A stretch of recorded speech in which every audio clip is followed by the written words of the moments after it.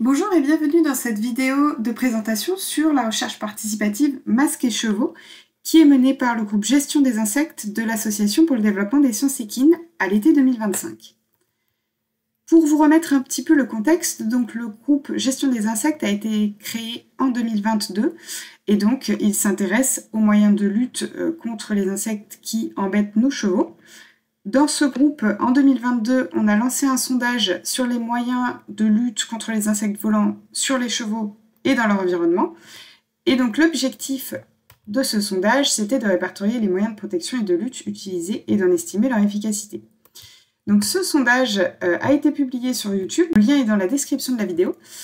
Et dans ce sondage, donc, on a eu quand même pas mal de participants, puisqu'on a eu 361 réponses sur 2 mois.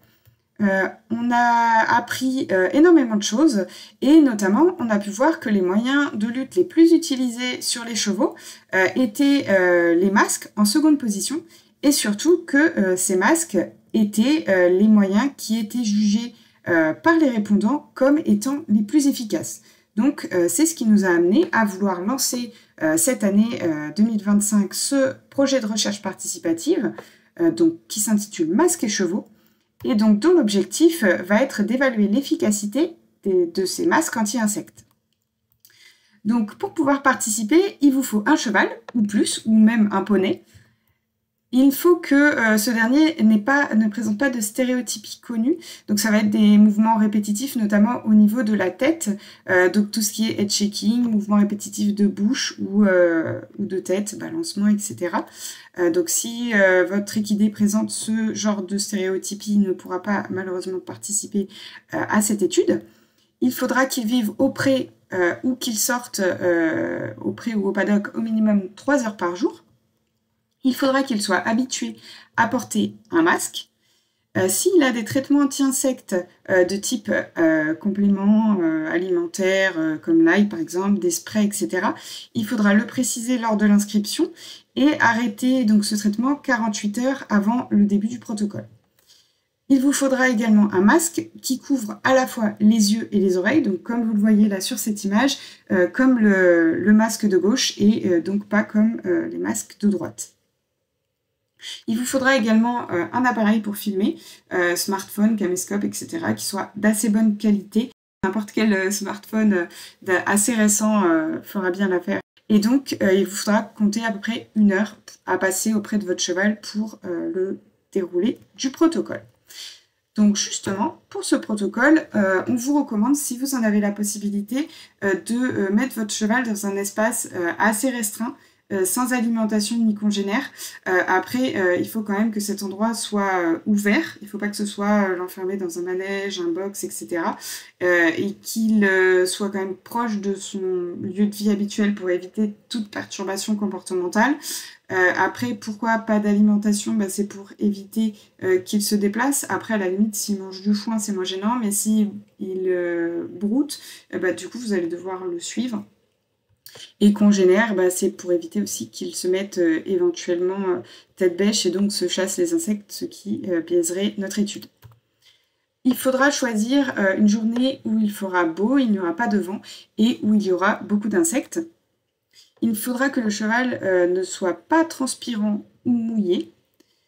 Il ne faudra pas interagir avec le cheval pendant que vous filmez. Donc s'il vient vers vous, soit vous reculez, soit vous lui faites signe de s'éloigner.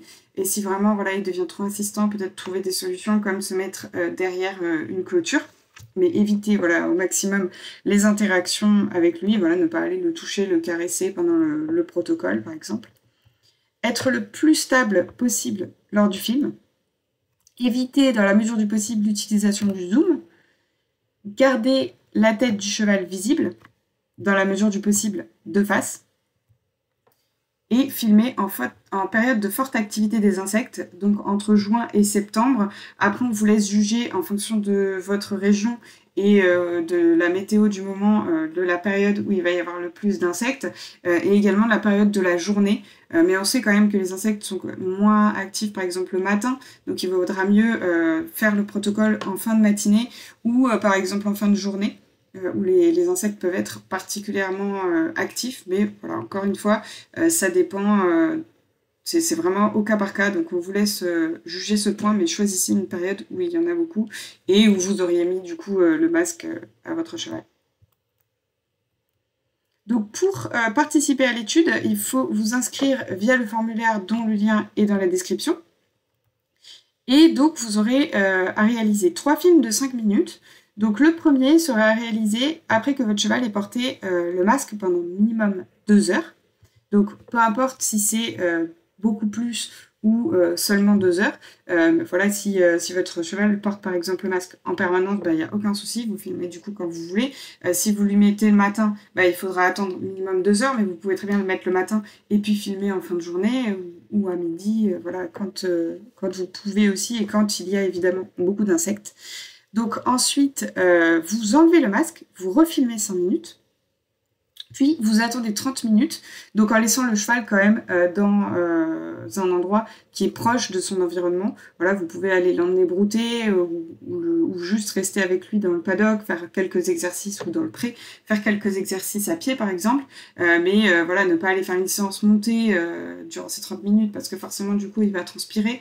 Donc ça peut aussi amener plus d'insectes. Et voilà, vous pouvez l'emmener, oui, brouter. Faire du travail à pied sans souci ou juste profiter de ce temps avec lui à l'observer ou à le gratouiller. Et donc au bout de ces 30 minutes, vous refaites le dernier film, donc de 5 minutes. Donc pour mettre le masque, n'oubliez pas de bien enlever tous les insectes qui peuvent se trouver notamment dans les oreilles.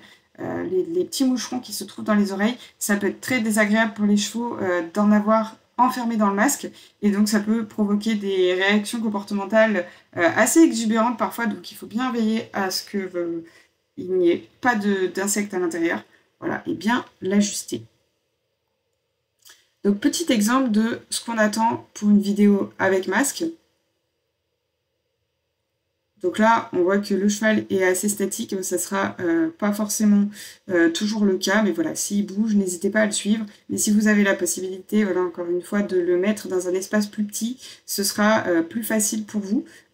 Parce que voilà, si jamais finalement l'herbe est plus verte à l'autre bout du pré, vous allez courir beaucoup et surtout, nous, on verra plus la tête du cheval, donc ce serait assez embêtant. Et donc voilà un exemple de vidéo sans masque. Donc voilà, on voit à peu près le cheval de face. Voilà, ce qui nous importe surtout, c'est de voir les oreilles. Donc ensuite, vous allez pouvoir déposer les 3 vidéos de 5 minutes, plus éventuellement si vous en avez une photo de votre masque, sur du coup le lien qui est également dans la description. Ça va être un petit formulaire également que vous allez devoir remplir. Et pour toute question, n'hésitez pas à nous contacter à l'adresse groupe.insectopluriel@scienceequine.fr. N'hésitez pas également à nous contacter si cette recherche vous intéresse ou si vous souhaitez rejoindre notre groupe de travail. Un grand merci pour votre participation et votre implication pour le développement des sciences équines.